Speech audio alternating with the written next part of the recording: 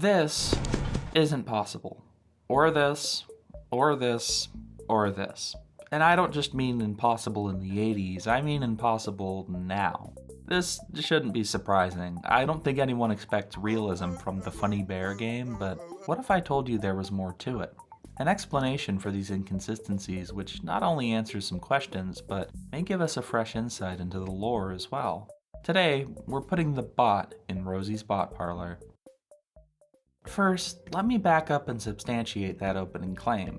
This isn't possible. I was pretty open-minded when I first experienced FNAF as a preteen when the games were coming out, and I didn't really think twice about this murderous cast of novelty restaurant animatronics. It wasn't even a totally new idea. There was that regular show episode, which everyone knows now, as well as creepypasta like Abandoned by Disney, which sowed seeds of this concept long before FNAF. But if you really look into the real animatronics these characters are inspired by, it quickly comes into focus just how far out this idea is. When the term animatronic was first coined in 1961 by Walt Disney, these attractions were considered industrial installations. You couldn't just buy a funny robot from Stan's Budget Tech, you had to be the actual Walt Disney. Before Disney's audio animatronics debuted in the 60s, this type of attraction would run off of motors and simple mechanics. The 1930s would see Electro and his robot dog Sparky, as well as theme park attractions like Laughing Sal, whose movements were led by cam and follower mechanisms, basically crankshafts and cogwheels which guided simple motions.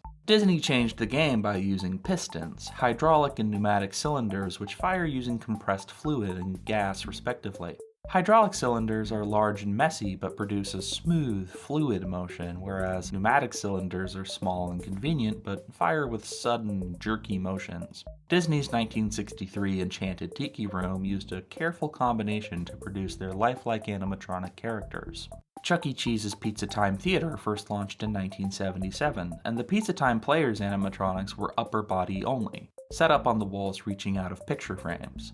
These so-called portrait bots were perhaps the very first instance of animatronics being created cheaply and independently, using only jerky pneumatic cylinders and homemade costuming. The first time we'd see these Pizza Time Players upright would be with the debut of the balcony stage in 1980, using the same underlying cyberamic models as the portrait bots, just with full-body costuming. In that same year, the Rock-afire Explosion Band debuted at the rival establishment Showbiz Pizza Place, featuring more advanced double-action cylinders and even a few lower body motions. Creative Engineering, Rock-afire Explosion's creators, even mass-produced the units. You can find pictures of individual character bots lined up in warehouses, ready to deploy at restaurants across the country. Imagine a warehouse full of Freddy Fazbears.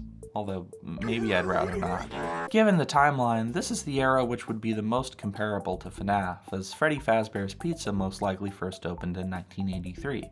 Judging by the show footage from the first FNAF trailer, this tracks. The characters' motions on stage are stiff and jerky, just like the Pizza Time Players. But something's wrong here. All of these mechanisms are fixed in place. Because they run off of pistons, which can only slide forward or back, their motions are limited to small turns and gestures. Each character has a neutral posture with springs holding their joints in place. The single-action pneumatic cylinders in the portrait bots could fire on their own, but needed to be brought back in line by the springs. To make matters worse, the Rock-afire Explosion and Pizza Time Players shows are fully canned, pre-programmed in actual reels of tape. There's no way that these things are going to be waltzing around autonomously like we see in Five Nights at Freddy's, so if animatronics don't walk, how about robots? Walking bipedal robots have been around since at least the 70s, with experiments coming out of Japan's Waseda University, whose 1970 model took a whopping 45 seconds to take a single step. Their 1984 model got that number down to 1.3 seconds, which sounds way better, but is still pretty slow, and just like the Honda E0 in 1986, it needed supports to stay upright. Truly independent models started cropping up in 1993 with Honda's P2 model, and later in 2000 with the famous Asimo. But all of these models stand with bent knees, walking with a low-to-the-ground posture, carefully weighted as not to tip over. Modern humanoid robots such as Agibot and Unitree coming out of China have shown impressive acrobatic skill, being able to self-balance and run independently, but these bots are fully unencumbered and incredibly lightweight.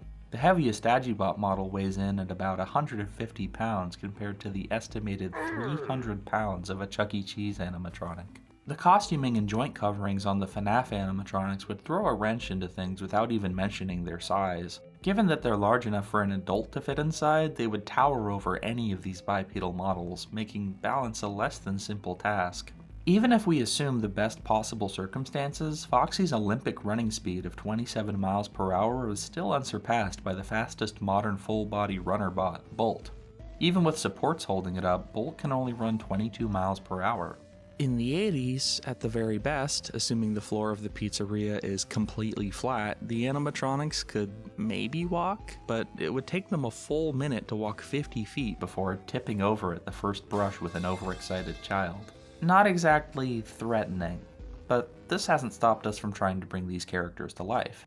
There have been official and unofficial goes at making real-world FNAF animatronics, most notably with the officially licensed Universal Studios Halloween Horror Nights promoting the FNAF movies.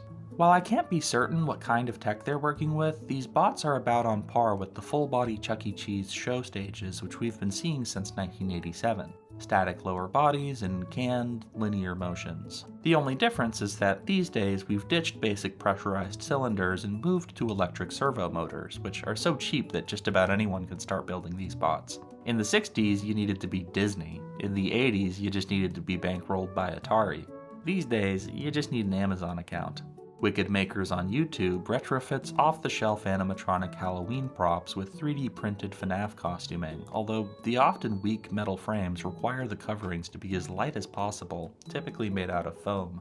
DEL Electronics and Mechanics do my favorite FNAF builds, as their bots seem to be entirely original. These bots are mostly typical show stage performers, but they've attempted making walking endo models before, and just like the previous examples, at best, these bots can shuffle forward very slowly, even with strings and supports. Personally, I'm more excited to see the new show bots they're putting out. But needless to say, none of these bots are going to be running around greeting customers or crawling through the vents into your office. There's a reason that costumed mascots, or atmosphere characters as Disney would call them, are just as synonymous with Chuck E. Cheese as the bots.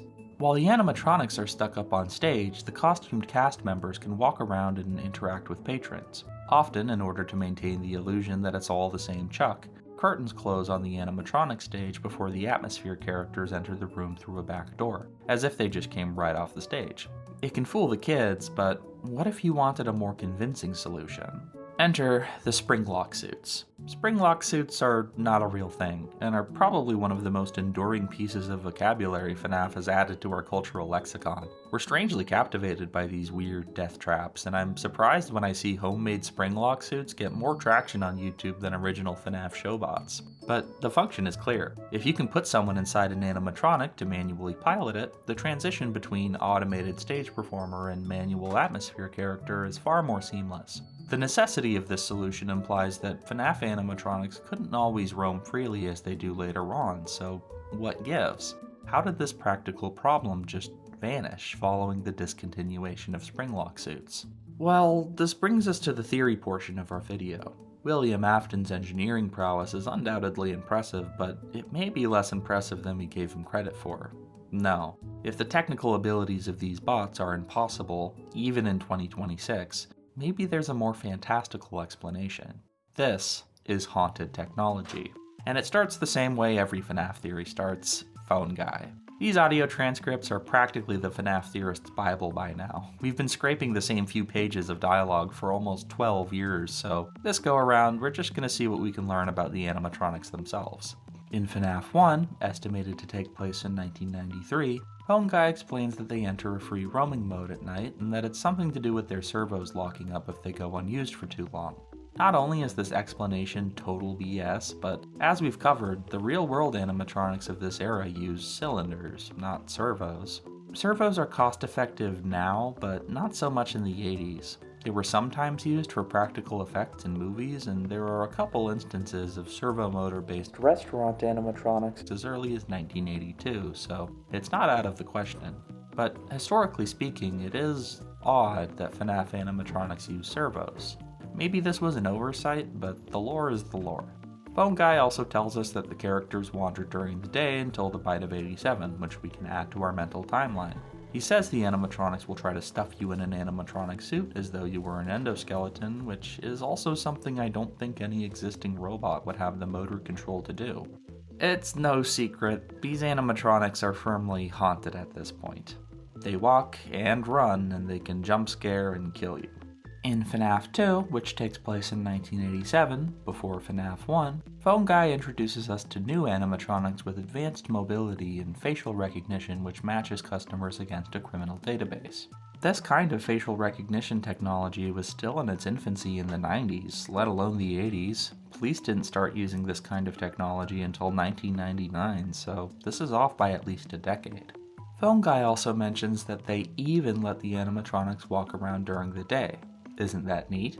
From a meta perspective, this is clearly targeted at us, the players who were previously told in FNAF 1 that they weren't allowed to walk around during the day. This is the first hint that this game is actually a prequel to FNAF 1, but it's weird that he brings it up like this. It implies that the animatronics were previously allowed to walk around, but just not during the day? Why? Isn't that the one time you'd want them to? The bite of 87 hasn't happened yet, so this is an odd thing to say. Phone Guy also tells us that the animatronics interact with kids just fine, but stare at adults. Important because not only is that weird, but it tells us that these animatronics don't just walk around, they interact with kids. He also mentions that these toys will stuff you, just like the FNAF 1 animatronics. Cool. Moving to FNAF 3, these phone calls are heavily implied to take place during the era of the MCI, approximately 1985. This makes it the earliest chronological instance we have of Phone Guy's classic exposition and puts it before the opening of the FNAF 2 restaurant or the toy animatronics debut. He explains that the animatronics can move autonomously, but only to follow sound cues, and most of these phone calls are workers' instructional tapes for new cast members, which explain how to use the spring-lock suits. He says that you can use a crank to open the animatronic endoskeleton to get inside and perform for the kids. This implies that, at this point, the animatronics couldn't autonomously interact with customers like the toys could in 1987. Instead, they just walk toward sounds, thus the need for spring-lock suits. Moving off of the phone calls and onto the FNAF 4 minigames, we continue going back in time, now in 1983. We go to Fredbear's Family Diner, where we see employees walking around in spring-lock suits, as well as independent animatronics on the stage. Curiously, while we see some lone animatronics shadowed in the background, we don't see them walking around, and also don't know if there are employees inside. It could be that they couldn't free roam at all in this era, but we can't say for sure. And that just about does it. To review, in 1983 at Fredbear's Family Diner, spring-lock suits and animatronics were both used, although it's unclear if animatronics could free roam. In 1985 at a Freddy Fazbear's Pizza, animatronics could walk toward sound, but needed cast members inside to manually interact with kids. In 1987 at a new and improved Freddy Fazbear's Pizza, the animatronics can walk around, scan for criminals, and interact with kids, but are retired after the incident. And finally, in 1993, at one of the last Freddy Fazbear's Pizza restaurants, the animatronics can sprint through the halls and wander at night, but are no longer allowed to walk during the day. So, looking over everything we've discussed, what are we left with? Well, starting in 1983, the stage show animatronics we see are totally plausible, and while spring-lock suits are a goofy idea, I can't say that it's impossible. It could work. Chronologically, the first clear instance of animatronics walking on their own is 1985, when they're said to walk toward sound cues. Is this just technical genius, or is there another way? Consider haunted technology. It's often speculated that the bite and subsequent possession of Fredbear by the crying child is what spurred Afton's research into possession. But what signs of haunting even were there? Maybe Golden Freddy was appearing to William as a ghostly projection, but what if the first sign something was up was when the animatronics started walking on their own? Remember that possession and haunting go way beyond the animatronics themselves. These locations are themselves haunted. Following the incredible surge of agony when the crying child was bit, his memories and fear began to infect everything. He saw cast members walking around in spring-lock suits and believed the animatronics could walk on their own, so suddenly they could. They weren't sentient, just golems of the child's residual fear, shuffling toward the nearest sign of life. When others noticed this, of course Afton would play it off as a technical achievement, all part of his design. He fabricated blueprints and design specs to explain what was happening. They weren't allowed to wander during the day, and he gave explanations to staff that they were in a free roaming mode so that their servos wouldn't lock up. But he knew, and he knew what the next step was. He murdered his business partner's daughter, Charlie, and when it resulted in a successful possession of the puppet, he knew what he was onto. When he commits the MCI and stuffs the kids into the suits, it's this phenomenon he's investigating. And after the children go missing and the establishment closes, what do we see later in 1987? Animatronics interacting with the kids in the restaurant. Suddenly, they're not just shuffling golems, but have personalities. Souls. After the infamous bite, they needed to be hidden away for the sake of easing concerns from parents and law enforcement, but these bots were just as haunted as ever. Afton was showing off his fancy funtime bots to potential investors while hiding the true nature of their functionality. They are not automated, there is no face scanning technology or criminal database, there is no free roam mode, it's all a cover. William's partner, Henry, maybe he knows or maybe he just suspects. Maybe it's not worth disrupting the success and popularity which comes from these technological marvels. But the point is clear. William Afton is a fraud. Some carnival attraction got haunted and started walking around, and so he began LARPing as an innovative tech genius. Maybe he was a genius, but if so, a very different kind of genius. An engineer and a scientist, but mostly just a murderer. One who would learn how to leverage the fear of his victims into a reproducible substance which could bring just about anything to life. So next time you see Foxy gunning it down the hallway with speed only rivaled by the Usain friggin' Bolt, just remember, it's not the servos, it's the souls. Thanks for watching my video, I hope you liked it. If you did, consider leaving a like and subscribing for more FNAF theories. I'm trying to get to 5,000 subscribers before the end of the year. Let me know what you think of this theory in the comments down below. Did you know that only 1 out of every 10 billion of my very regular viewers are even subscribed? I know, right? What the heck? Look at this chart that every YouTuber puts on the screen. Is that successful mind control? Maybe you could tell, but this video was sort of an excuse for me to yap about real animatronics. Getting a good FNAF theory out of it was just icing on the top. This could almost be a fully Chuck E. Cheese and Showbiz Pizza Place themed channel if I really thought anyone would watch that. I mean, I am a Mitzi Mozzarella retrofit, which, speaking of, when's my friggin' face mask getting here?